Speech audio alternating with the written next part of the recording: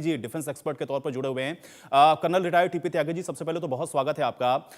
Colonel Tyagi ji, आप अभी सुन रहे होंगे जो चीजें या जिस तरह की परिस्थितियां हम लोग देख रहे हैं कि वेनेजुएला में हुई, एयर स्ट्राइक हुई, लेकिन अब ट्रंप जो दावा कर रहे हैं कि वहां के राष्ट्रपति को उनकी पत्नी के साथ हमने निकाल लिया है, 8 बजे हम एक प्रेस कॉन्फ्रेंस करेंगे, ये किस तरह से आप इस पूरे घटनाक्रम को अभी आप देख पा रहे हैं और क्या वैश्विक परिदृश्य पर इसका असर पड़ता हुआ आप देख रहे हैं?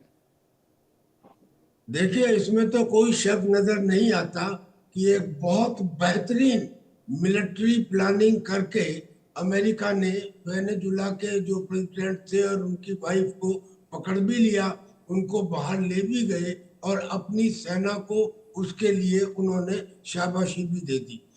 और ये भी एक बात सुनिश्चित दिखाई देती है कि जो वहाँ विपक्ष की लीडर है मारिया, जिसको नोबेल पीस प्राइज मिला था और जिसने अपने उस पीस प्राइज को समर्पित कर दिया था डोनाल्ड ट्रंप को, उसको वहां का अब शायद प्रेसिडेंट बनाया जाएगा। ये भी सबकी समझ में आ रहा है कि ये पूरा जो ऑपरेशन हुआ ये बेसिकली मादुरो को पकड़ने के लिए से ज्यादा इस बात के लिए था कि वेनेजुला के अंदर जो दुनिया का सबसे ज्यादा कच्चे तेल का भंडार है और जो मिनरल्स है उनके ऊपर कब्जा करने के लिए था। यानी कि वो कब्जा इनडायरेक्टली ट्रंप की पसंद की मारिया, जिसने अपना नोबेल पीस प्राइज ही ट्रंप को समर्पित कर दिया, वो अब उसे कंट्रोल करेगी। जैसे अमेरिका चाहेगा वैसे होगा। तो कर्नल टीपी त्यागी जी, क्या आपको यह लगता है कि चीन की जो एंट्री हुई वेनेजुएला के अंदर, क्या उसने अमेरिका को और ज्यादा असहज किया, इस वजह से ये हमको कार्रवाई इतनी जल्दी दिखी, या खनिज संसाधनों पर नजर थी, ये बात तो पहले से ही मादुरो कह रहे थे, या चीन की एंट्री ने उसको असहज किया है? ये तो उल्टा है। ये तो चीन को दिखा दिया गया, चीन को दिखा दिया गया कि तुम्हारा एम्बेसडर वेनेजुएला में था और वो टाइम पे मैंने अटैक किया। अब स्थिति ये हो गई है कि चाइना अब ताइवान के ऊपर अटैक करने से 100 बार सोचेगा। कम से कम 4-5 साल के लिए वो जो लग रहा था कि चाइना कल अटैक कर देगा, कल अटैक कर देगा, वो अनलाइकली है, क्योंकि रशिया और चाइना दोनों के इंटरेस्ट वेनेजुएला में थे। लेकिन वो कहाँ गए? वो कहाँ गए? उन्होंने क्या किया? उन्होंने क्या दिखाया? कोई रेजिस्टेंस, कोई किसी किस्म की तैयारी नहीं की गई। इसका मतलब ये कि अब सारी दुनिया ये सोचेगी कि अगर अमेरिका हमारे साथ है तो सब कुछ है, और अगर नहीं है तो हमें उसके साथ आ जाना चाहिए। और ऐसा सारी दुनिया नहीं सोचेगी। अब इसमें 2-3 पॉइंट बताना चाहता हूँ। पहला पॉइंट तो ये कि जब तक कोई और ग्लोबल इकोनॉमी में चेंज आएगा, एक बात तो सामने आ गई कि यूनाइटेड नेशंस का जो चार्टर है उसे फाड़ के रद्दी की टोकरी में फेंक देना चाहिए। उसकी क्लॉज 2 में ये लिखा हुआ है कि कोई देश किसी दूसरे देश के लीडर के ऊपर डायरेक्ट अटैक करना या पकड़ना या उसका अपहरण करना नहीं करेगा, मगर अमेरिका ने किया। इसका मतलब UN charter has got no meaning at all now. ना ही ये कोई इंटरनेशनल एजेंसी की अब कोई कीमत रह गई है। अब मगर बात ये है कि अब 2 चीजें हो सकती हैं, चाइना और रशिया और ईरान और नॉर्थ कोरिया और ये बाकी और कंट्रीज, क्योंकि अंदर अंदर ये परेशान हो रही हैं, तो अब ये एक साथ आ सकती हैं।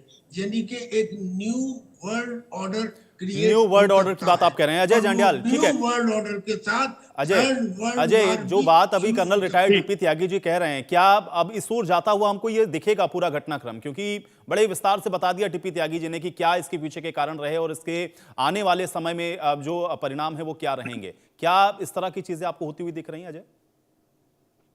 देखिए, जो अभी लग रहा है कि जल्द ही एक नए जो इंटरिम प्रेसिडेंट हैं उनको वहां पे घोषित कर दिया जाएगा और शायद ये घोषणा अमेरिका खुद ही करेगा। और कहीं ना कहीं अब जो ग्राउंड इन्वेजन शुरू हुआ था उसमें ये देखना होगा कि अमेरिकन फोर्सेस क्या ग्राउंड पे रहेंगी क्या कि नहीं।